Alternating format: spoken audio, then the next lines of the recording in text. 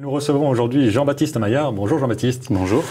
Vous êtes un peu à l'initiative d'un projet qui s'appelle Lights in the Dark, en français correct, des lumières dans la nuit, dans l'obscurité. Qu'est-ce que c'est exactement ? C'est tiré de la prophétie d'Isaïe, Isaïe 9.1. Le peuple qui marchait dans les ténèbres a vu se lever une grande lumière. Isaïe a parlé en anglais ?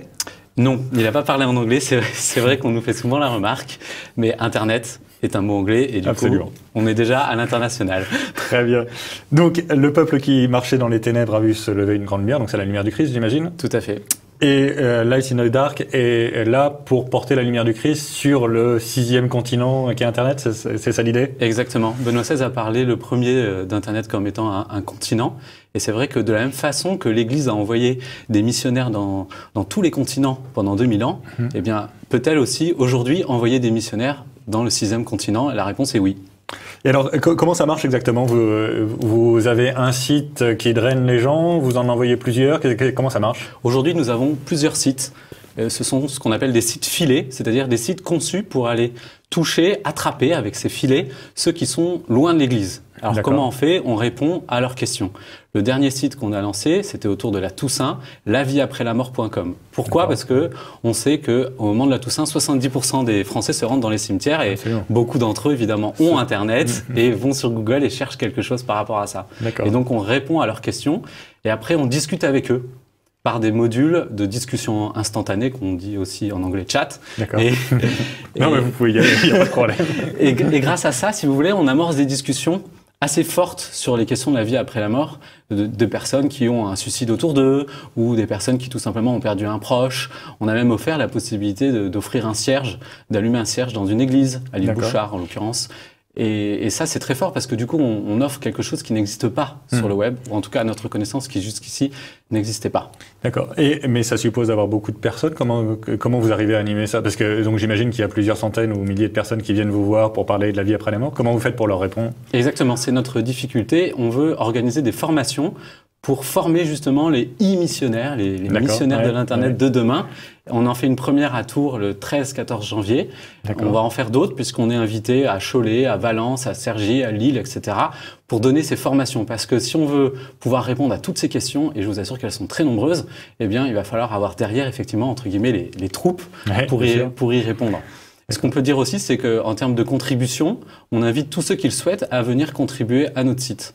À nos sites, parce qu'on en a plusieurs. Notre prochain projet, c'est corpsféminin.com. C'est une membre de l'association. On est une association avec une quarantaine de membres et 300 personnes qui gravitent autour, qui participent à l'une ou l'autre des activités.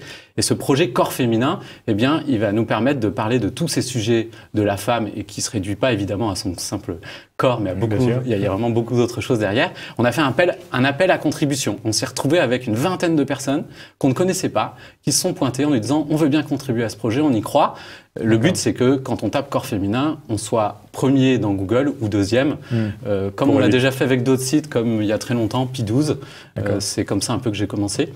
Et les gens sont très motivés parce qu'ils vont pouvoir apporter leur talent et contribuer. Alors, on a eu des conseillers conjugaux, on a eu des médecins, des spécialistes de la naprotechnologie, beaucoup de choses comme ça.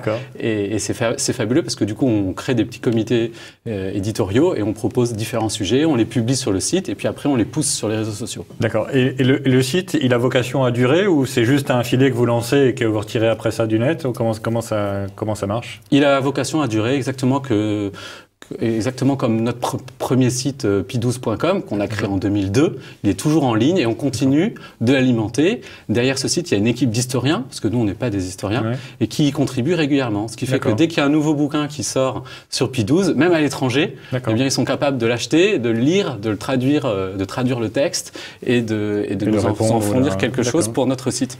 Et ça, c'est très puissant parce que du coup, on garde notre antériorité, on fidélise les gens et puis on remonte dans les moteurs de recherche, ce qui est aussi une façon de nous trouver. D'accord. Mais dans ces cas-là, si l'objectif c'est le référencement, pourquoi est-ce que vous n'avez pas un site avec plusieurs sujets parce que typiquement, si vous êtes lancé en 2002, on pourrait mettre sur lightsinthedark.com corps féminin et Pi12.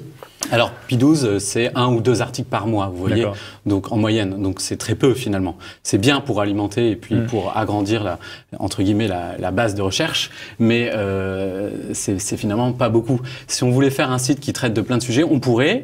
D'ailleurs, on a des projets là-dessus, mais ça va demander beaucoup plus de ressources. Et pour le moment, même si on a une croissance assez forte, c'est-à-dire qu'on est de plus en plus nombreux à contribuer au site, eh bien, il va falloir élargir aussi la possibilité de contribution, parce que faire un site d'actualité qui est capable de répondre à l'actu du moment, ça demande beaucoup plus de ressources financières.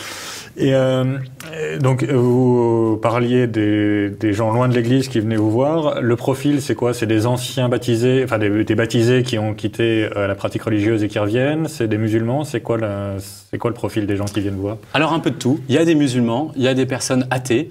Sur la vie après la mort, on a été étonnés parce que 5 minutes après la mise en ligne, il y a une personne athée qui est venue et elle répondait, ou plutôt elle avait des questions sur un article qu'on avait posté issu du livre de Fabrice Adjage, Réussir sa mort, et l'intitulé c'était « Recherche athée désespérément ». Puisque c'était l'intitulé du chapitre.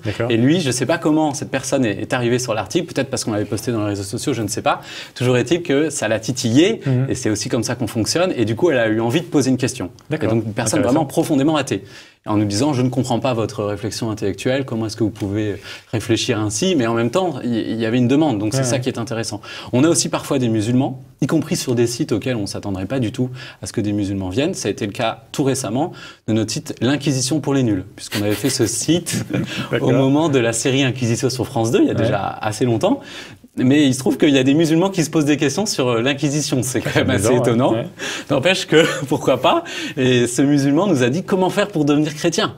Et donc là, ça devient très intéressant. C'est-à-dire que, surtout, il faut pouvoir rester en contact avec lui. Donc, assez vite, dans la discussion, bien sûr, on lui parle du Christ, on répond à ses questions, et puis on témoigne. On fait comme une évangélisation de rue, finalement, si vous voulez.